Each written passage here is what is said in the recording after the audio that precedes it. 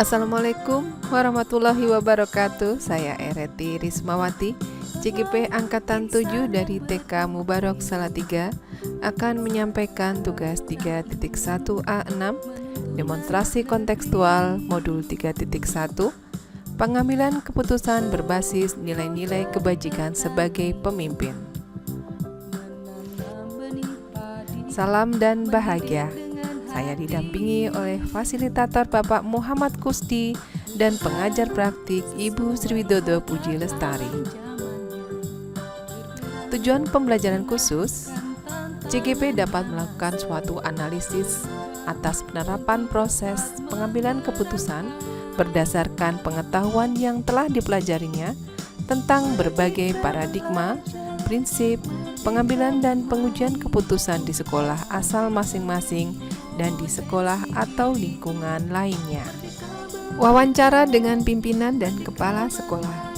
1. Hasil wawancara ini adalah untuk mendapatkan sebuah wacana tentang praktik pengambilan keputusan yang selama ini dijalankan. 2. Apa yang selama ini dilakukan pimpinan-pimpinan tersebut, praktik apa yang selama ini dijalankan. Dan 3. Analisis praktik pengambilan keputusan dilema etika tersebut dan kaitkan dengan pengetahuan Anda sendiri tentang 4 paradigma, 3 prinsip, dan 9 langkah pengujian dan refleksikan. Wawancara dengan Kepala TK Mubarok. Selamat siang Mbak Anis. Selamat siang Betty. Ya, ini mau riset dan wawancara. Ya, kita waktunya. Ya. Ini Bu Anis dari Kepala Sekolah tempat saya tugas.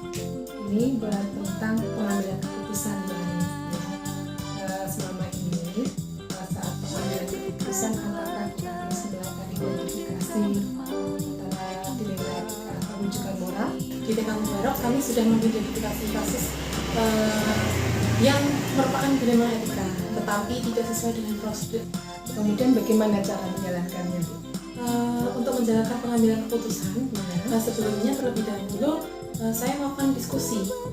Diskusinya dengan pihak-pihak terkait dan juga rekan pendidik agar keputusan ini dapat menjadi solusi yang terbaik nantinya. Jadi keputusannya tidak hanya di saya saja gitu. Langkah-langkahnya, untuk langkah-langkahnya kami lakukan tidak selalu sesuai prosedur. Jadi kita mengamati dulu masalahnya. Jadi setiap masalah itu kan nanti kita harus menimbangkan resikonya. Supaya nantinya tidak muncul resiko-resiko lagi gitu. Kemudian untuk efektif dalam pengambilan keputusan seperti apa? Tergantung masalah dan kejadiannya yang muncul ya. Karena setiap masalah itu kan caranya juga berbeda-beda untuk menyelesaikannya gitu. Kembali lagi kondisional. Iya, kondisional. Untuk efektifnya gimana Bu? Tadi apakah dengan pelibatan ya dengan terkait itu juga ya. Nah selama ini Bu tantangannya apa Bu? Untuk tantangannya itu dalam mengambil keputusan itu kadang ada sepakat dengan keputusan yang telah kita sepakati bersama gitu loh. Kondisinya dengan tidak sepakat kemudian gimana? Jadi kita diskusikan kembali bagaimana maunya dengan teman-teman, apakah sesuai gitu kan kadang berbeda-beda kan setiap orang, nggak harus satu sama gitu kan. Baik, berarti mengajak untuk berdiskusi ya, gitu. Untuk jadwalnya ada nggak jadwal tertentu dalam? Untuk jadwalnya itu tidak ada.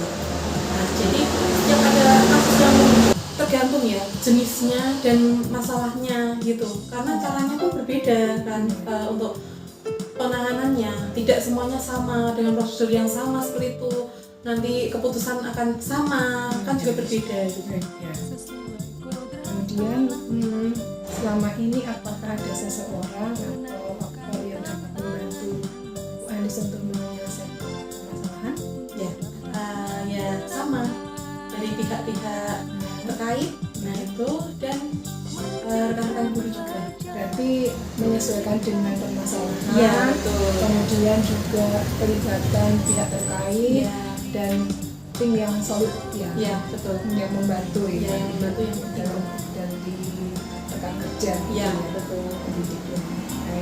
Kemudian untuk yang terakhir Bu dari yang sudah disampaikan Bu Anis tadi, kira-kira apa yang bisa dipetik untuk pembelajaran? Hal yang penting dalam pembelajaran ini tentang apa nanti dilema etika itu harus adanya kerjasama gitu. Jadi kerjasama dengan pihak terkait, pihak pendidik dan setiap warga yang ada di sekolah. Baik.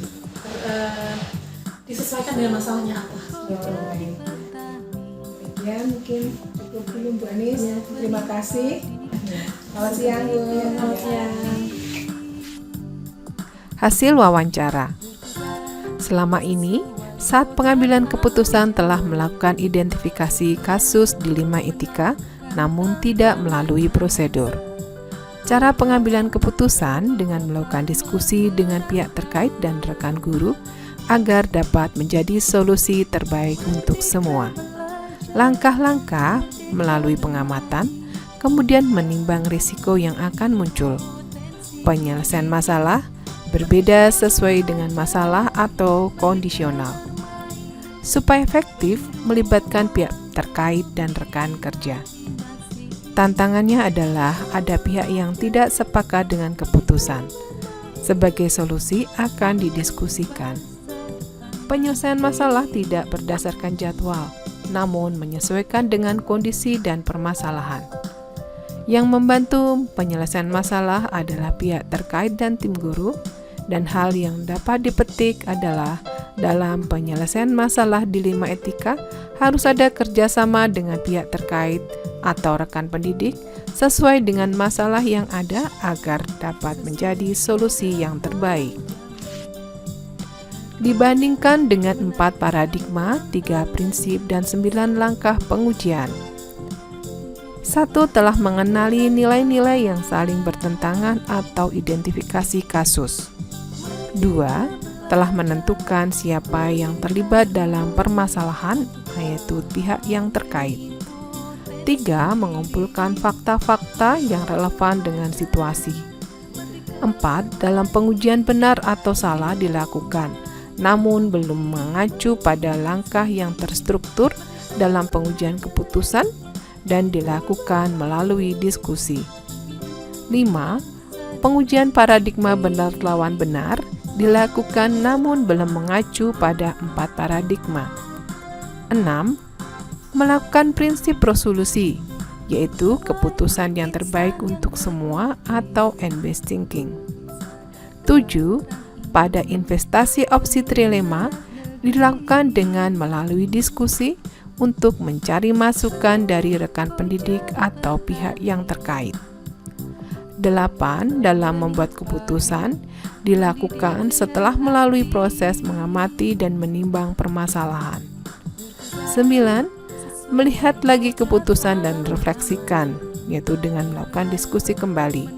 Dan tantangan yang dihadapi adalah saat jika ada yang belum sepakat dengan hasil keputusan dan perlunya adanya kerjasama. Berikutnya adalah wawancara dengan Kepala TK Perintis. Assalamualaikum Bu Wiwin. Waalaikumsalam Bunda Reti. Pengen ngobrol-ngobrol sedikit, mencari pengalaman dari Bu Wiwin ini Bu. Oke, ya. Assalamualaikum warahmatullahi wabarakatuh. Perkenalkan, nama saya Wiwin Wigatiningsih. Saya selaku Kepala Sekolah di TK Perintis, Kecamatan Sidorejo, Salatiga. Kemudian sudah berapa tahun ya Bu Wiwin ya bertugas sebagai kepala sekolah? Saya sebagai kepala sekolah sudah 12 tahun. Oh, jadi kepala sekolah itu Bunda pasti mengalami banyak permasalahan atau kasus, demikian ya Bunda. Ya. Bagaimana Bunda ini bisa memilah gitu, mengidentifikasi permasalahan itu sebagai permasalahan tentang dilema etika atau bujukan moral, begitu Bu? Kami lihat permasalahannya itu apa dulu.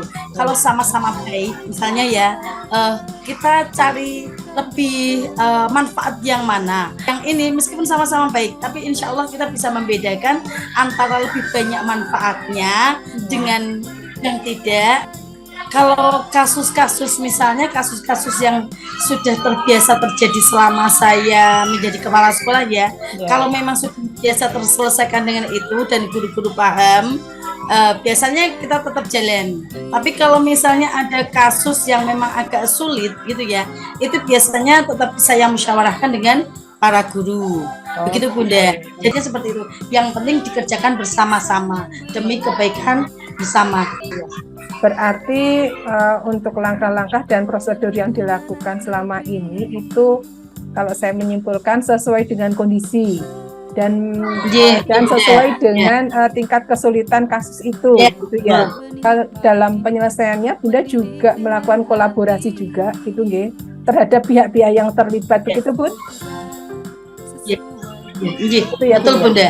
Kemudian selama ini untuk supaya keputusan itu efektif gitu, kira-kira bagaimana Bunda dalam menyelesaikan permasalahan? Pengulangan kasus itu kalau kasus ini sudah terbiasa ya, berdasarkan tapi kalau pengalaman kasusnya gitu ya. Kasus unik atau istilahnya itu saya kadang tidak berani mengambil keputusan sendiri, apalagi kalau kasus itu termasuk berat gitu. Tetap musyawarah dulu untuk menyelesaikan satu kasus itu. Makanya dengan seperti itu. Begitu Bunda. Ya, berarti efektivitasnya juga menyesuaikan dengan kondisi dan tingkat kasusnya, begitu ya Bun ya? Iya Bunda. Baik, ya. Selama ini tantangannya apa Bun yang dihadapi Bunda Wiwin? Kalau tantangan kasus itu biasanya kalau gini Bun, ada suatu masalah, kemudian kadang kita menyelesaikannya itu meskipun sudah kita rapatkan, tapi belum menemukan jalan keluar yang benar. Berarti selama ini Bunda mencari opsi lain gitu ya Bun ya, yang supaya menjadi solusi yang terbaik, begitu ya Bun. Kemudian ada tidak Bun jadwal tertentu gitu Bun, atau prosedurnya gitu Bun? Kasus saya tampung dulu Bun, atau misalnya ya saya tampung, yaitu tadi saya mencari solusi, macam-macam solusi. Kalau terjadwal itu biasanya kapan Bun, saat apa? Kalau kita paling nggak memang seminggu sekali Bunda, seminggu sekali kita ada pertemuan guru gitu. Tapi kalau ada suatu kasus itu biasanya kita segera menyelesaikan. Itu ya. Nggak usah melakukan waktu yang ditentukan tadi, nggak langsung kita bahas begitu. Nah, ini selama ini apakah ada seseorang atau faktor yang mempermudah atau membantu Bu Wiwin dalam pengambilan keputusan? Saya hanya dapat masukan dari teman-teman guru itu aja. Itu kan yang luar biasa. Jadi faktor yang mempermudah tadi kalau saya menyimpulkan tadi karena memiliki masa panjang ya untuk pengalaman sebagai kepala sekolah. Kemudian juga mungkin ada faktor dari kerjasama tim, kolaborasi dengan teman-teman, begitu ya Bun ya. Itu mempermudah dalam pengambilan keputusan. Seperti itu Bun? Iya, betul Bunda. Nah, selama apa yang sudah disampaikan Bu Wiwin ini, hal apa yang dapat dipetik dari pengalaman Bu Wiwin saat pengambilan keputusan ini untuk dilema etika? Keputusan dari musyawarah itu ya dengan teman-teman itu biasanya lebih baik dari pemikiran satu orang. Terima kasih sekali Bu Wiwin atas waktunya dan berbagi pengalamannya yang luar biasa. Semoga sukses dan sehat selalu ya Bu. Terima kasih Bunda Reti. Ya. Bunda. Wassalamualaikum warahmatullahi wabarakatuh. Waalaikumsalam warahmatullahi wabarakatuh. Hasil wawancara, selama ini saat pengambilan keputusan jika ada kasus dilema etika yang sama-sama benar akan dipilih keputusan mana yang banyak manfaatnya. Cara pengambilan keputusan sesuai dengan jenis kasus, yaitu tingkat kesulitan dan kondisi. Jika kasus berulang, sudah ada bentuk penyelesaian. Namun jika kasusnya unik, diselesaikan dengan diskusi dengan pihak terkait dan rekan guru agar dapat menjadi solusi yang terbaik untuk semua. Langkah-langkah menyesuaikan jenis kasus dan kondisi, tidak ada prosedur. Penyelesaian masalah akan berbeda sesuai dengan jenis masalah dan kasus situasi pada saat itu. Tantangannya, jika ada masalah unik akan membutuhkan waktu untuk penyelesaian.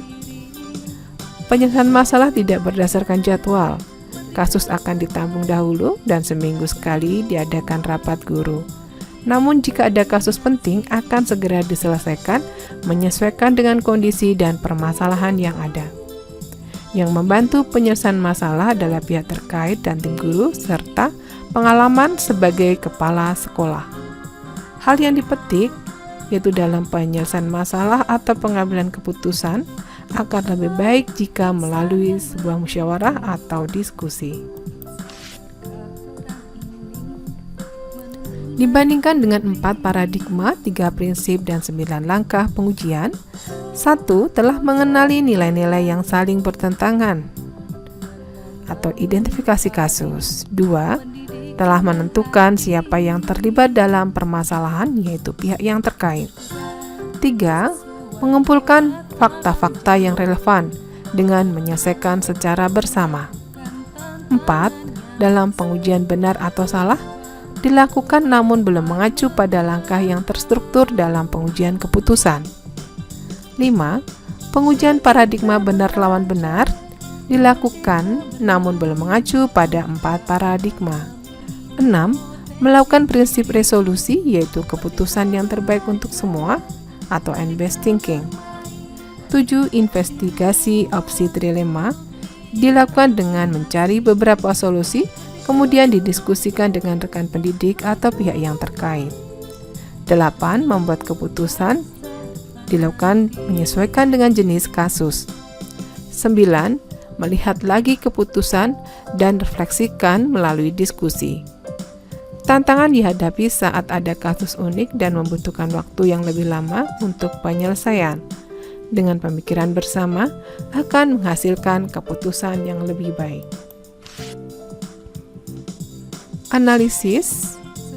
Hal-hal menarik apa yang muncul dari wawancara tersebut? Pertanyaan-pertanyaan mengganjal apa yang masih ada dari hasil wawancara bila dibandingkan dengan hal-hal yang Anda pelajari seperti 4 paradigma, 3 prinsip, dan 9 langkah pengujian, dan apa yang Anda dapatkan. Dalam penyelesaian permasalahan secara tidak langsung telah melakukan identifikasi, namun belum sesuai prosedur pada 9 langkah pengujian. Yang menarik adalah permasalahan yang beragam. Demikian juga dengan cara penyelesaiannya akan menyesuaikan dengan jenis masalah dan kondisi yang ada. Bagaimana hasil wawancara antara 2-3 pimpinan yang Anda wawancarai? Adakah sebuah persamaan atau perbedaan? Kira-kira apa yang menonjol dari salah satu pimpinan tersebut? Mengapa dan apa yang membedakan? Dari hasil wawancara tersebut, sebagian besar ada persamaan, yaitu belum ada identifikasi secara jelas atau melalui prosedur dalam pengambilan sebuah keputusan. Namun, beberapa tahap pengujian telah dilaksanakan. Pengambilan keputusan melibatkan pihak yang terkait dan rekan pendidik melalui proses diskusi. Ada yang menonjol dari salah satu pimpinan, yaitu memiliki pengalaman sebagai pimpinan cukup lama. Yang membedakan adalah rasa percaya diri, kematangan, dan kedalaman dalam mempertimbangkan pengambilan keputusan. Apa rencana ke depan para pimpinan dalam menjalani pengambilan keputusan yang mengandung unsur dilema etika? Bagaimana mereka bisa mengukur efektivitas pengambilan keputusan mereka? Para pemimpin dalam menjalani pengambilan keputusan melalui sebuah pertimbangan, pengamatan, dan diskusi dengan rekan pendidik dan pihak yang terkait. Dalam mengukur efektivitas tergantung dengan jenis permasalahan. Jika merupakan masalah yang sama dan berulang, akan dapat langsung diambil keputusan. Namun jika permasalahan unik, akan melalui tahap atau pemikiran dan pertimbangan yang dalam agar mendapatkan hasil keputusan atau resolusi yang terbaik untuk semua. Bagaimana Anda sendiri akan menerapkan pengambilan keputusan dilema etika pada lingkungan Anda? dan murid-murid Anda? Dan pada kolega guru-guru Anda yang lain, kapan Anda akan menerapkannya? Dalam menerapkan pengambilan keputusan dilema etika di lingkungan, saya akan berusaha mengimplementasikan pengetahuan yang saya peroleh pada modul 3.1 dengan pengambilan keputusan berdasarkan 4 paradigma, 3 prinsip, serta 9 langkah pengambilan dan pengujian keputusan. Dengan menggunakan keterampilan coaching dan mengimplementasikan kompetensi kesadaran diri atau self-awareness, pengelolaan diri, self-management, kesadaran sosial, social awareness, dan keterampilan berhubungan sosial atau relation skill, serta kesadaran penuh mindful. Dan penerapannya sudah saya latihkan sejak melakukan praktik analisis kasus. Demikian, semoga bermanfaat. Guru Bergerak Indonesia Maju. Terima kasih. Wassalamualaikum warahmatullahi wabarakatuh.